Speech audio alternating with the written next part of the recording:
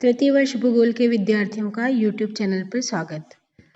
आज हम भारत में मिट्टी के प्रकार और उसके वितरण के बारे में विस्तार से चर्चा करेंगे। तो आइए शुरू करते हैं।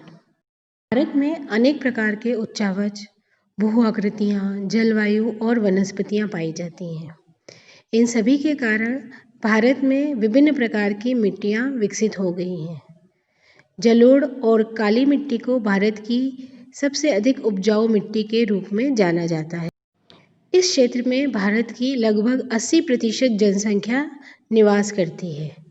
इसके विपरीत लाल पीली मिट्टी, लेटराइट मिट्टी, मरुस्थलीय मिट्टी को कम उपजाऊ माना जाता है और यहाँ जनसंख्या का अपेक्षाकृत कम घनत्व देखने को मिलता है। अखिल भारतीय मृदा एवं उपयोग सर्वेक्षण संगठन के द्वारा 1956 में भारतीय मृदाओं को वर्गीकृत करने का प्रयास भी किया गया है। वर्ष 1957 में राष्ट्रीय एटलस एवं थीमेटिक संगठन के द्वारा भारत की एक मृदा मानचित्र का प्रकाशन हुआ। इस मानचित्र में भारतीय मृदाओं को प्रमुख 6 समूहों में बांटा गया है। ये है राष्ट्रीय एटलस द्वारा जारी किया गया भारतीय मिट्टी का एक मानचित्र। इसमें 6 प्रकार की मिट्टियाँ बताई गई हैं। जलोढ़ मिट्टी, काली मिट्टी, लाल एवं पीली मिट्टी, लेटराइट मिट्टी, मरुस्थलीय मिट्टी और पर्वतीय मिट्टी। आइए बारी बारी से एक एक मिट्टी के बारे में जान लेते हैं। शुरू करते हैं भारत की सर्वाधिक उपजाऊ जलोढ़ मिट्टी के साथ। निर्माण।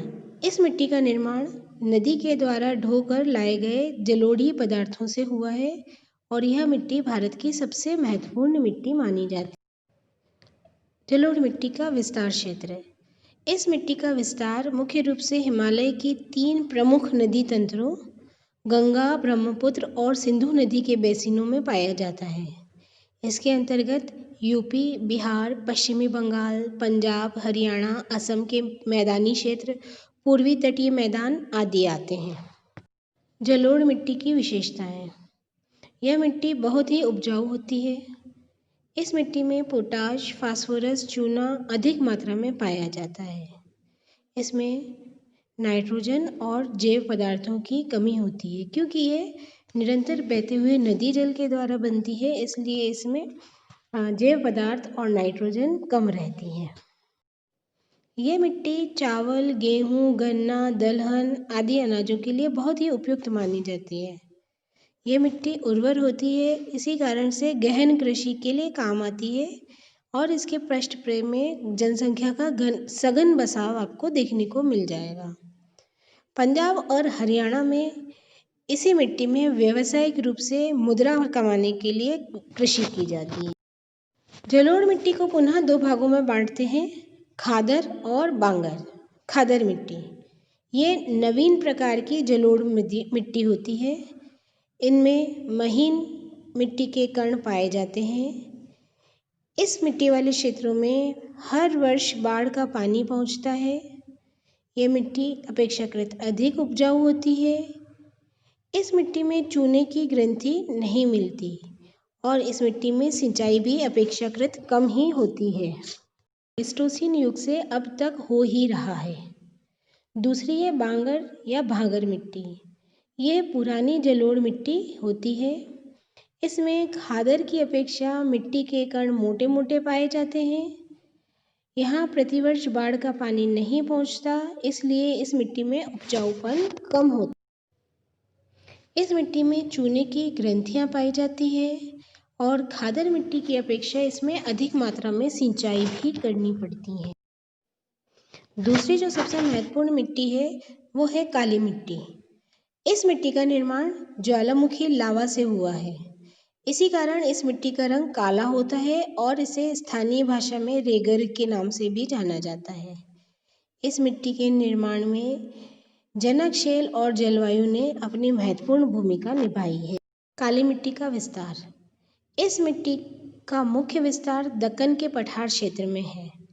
यह मिट्टी महाराष्ट्र, गुजरात के सौराष्ट्र, मालवा के पठार, मध्य प्रदेश, छत्तीसगढ़ के पठार में मुख्य रूप से पाई जाती है। इसके अलावा गोदावरी और कृष्णा नदी के बेसिन में भी इसका विस्तार हुआ है। काली मिट्टी की मुख्य विशेषता। यह उपजाऊ मिट्टी है और कपास के लिए बहुत अधिक प्रसिद्ध है। इस मिट्टी का रंग काला है, जिसका मुख्य कारण इसमें उपस्थित एल्यूमीनियम और लोहे के यौगिक माने जाते हैं। शुष्क ऋतु में भी यह मिट्टी अपनी नमी को संजो के रख सकती है, इसी कारण इसमें सिंचाई की आवश्यकता बहुत ही कम पड़ती है।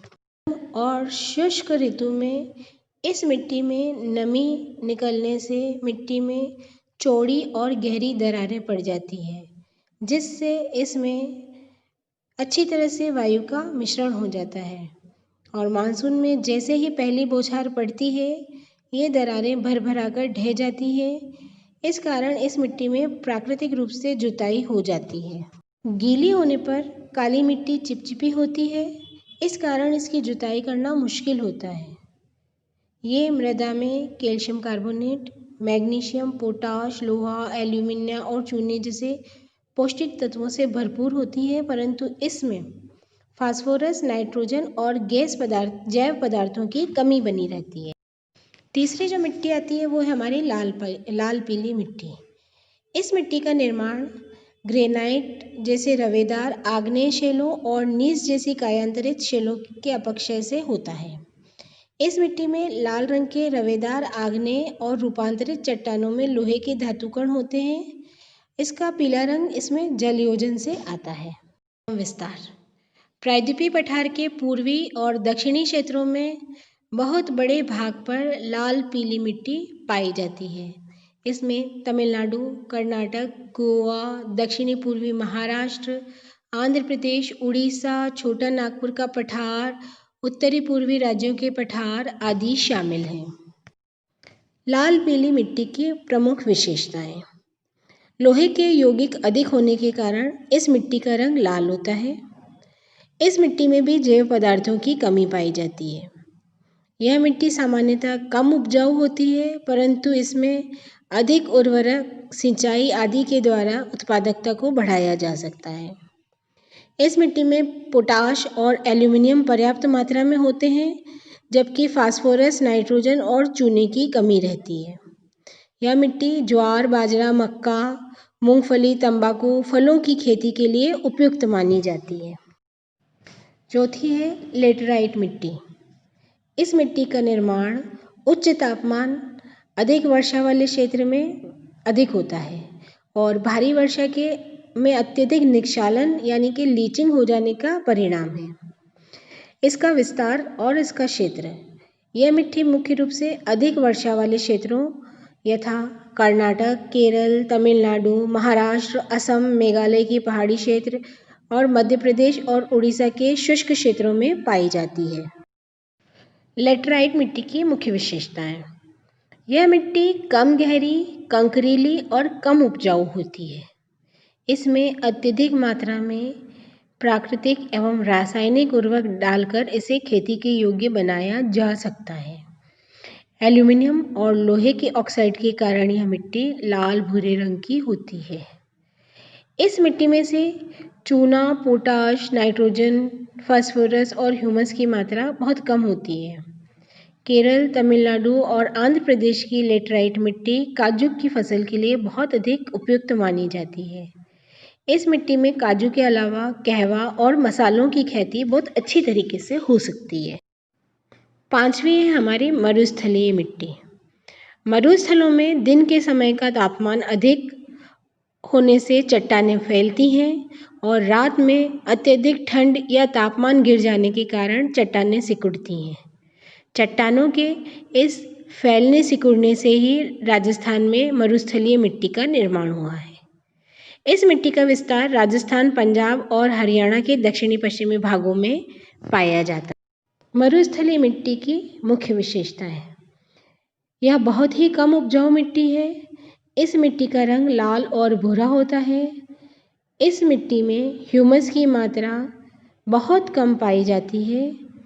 इस मिट्टी को उचित तरीके से सिंचाई और उर्वरक डालकर कृषि योग्य बनाया जा सकता है। इस मिट्टी में मुख्यतः बाजरा, दलहन, चारा उगाया जा सकता है। और अब अंतिम है पर्वतीय मिट्टी। पर्वतीय मिट्टी हिमालय की घाटियों के ढलानों पर लगभग 2700 से 3000 मीटर की ऊंचाई के बीच पाई जाती है।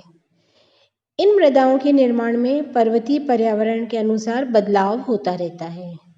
नदी घाटियों में यह मिट्टी दोमट और सिल्टदार हो जाती है, परंतु ऊपरी ढलानों पर इसका निर्माण मोटे मोटे कणों में होता है।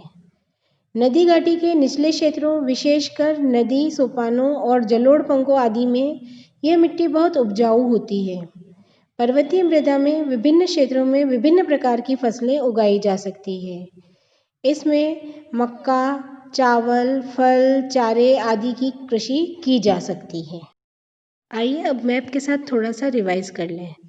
ये जो जम्मू कश्मीर, हिमाचल का जो ये क्षेत्र दिख रहा है इस मानचित्र में आपको हरे रंग में, ये हमारी पर्वतीय मिट्टी का क्षेत्र है। यहाँ आप चावल, ज्वार, गेहूँ आदि उगा सकते हैं। अब इस गहरी हरी पर्वतीय मिट्टी के नीचे का जो ये क्षेत्र है, जो कि गुजरात के कच्छ तक चला गया है, अरावली पर्वत से होता हुआ, और यहाँ पंजाब से लेके पश्चिमी बंगाल तक और असम की घाटियों में भी हैं। ये हल्के हरे रंग का ये जलोढ़ मिट्टी का क्षेत्र है। इस क्षेत्र में क्योंकि नदियाँ, बड़ी नदियाँ प्रवाहित हो रही हैं, सिंधु, गंगा और ब्रह्मपुत्र, तो इन नदियों के द्वारा लाई गई बारीक मिट्टी के जमाव से बना हुआ ये जलोढ़ मिट्टी का क्षेत्र है। इसी क्षेत्र में यहाँ पश्चिम की ओर जो पीला पीला क्षेत्र दिख रहा है, ये मरुस्थलीय मिट्टी का क्षेत्र है। इस जलोढ़ मिट्टी के ठीक नीचे जो ये काला काला सा क्षेत्र है, जो भारत के लगभग पश्चिमी मध्य भाग को घेरे हुए हैं, एमपी, गुजरात, महाराष्ट्र वाले, ये पूरा हमारा काली मिट्टी का क्षेत्र है और इसका निर्माण ज्वालामुखी के लावा से हुआ माना जाता है। ये पूरे दक्कन के पठार पर फैला हुआ है।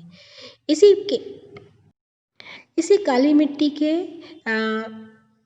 दाईं तरफ का जो गुलाबी गुलाबी क्षेत्र दिख रहा है आपका, जो सुदूर दक्षिण में तमिलनाडु, केरल तक चला गया है और यहाँ पूर्वांचल में भी फैला हुआ है, ये लेटराइट मिट्टी का क्षेत्र है, जो कि बहुत कम उपजाऊ मानी जाती है।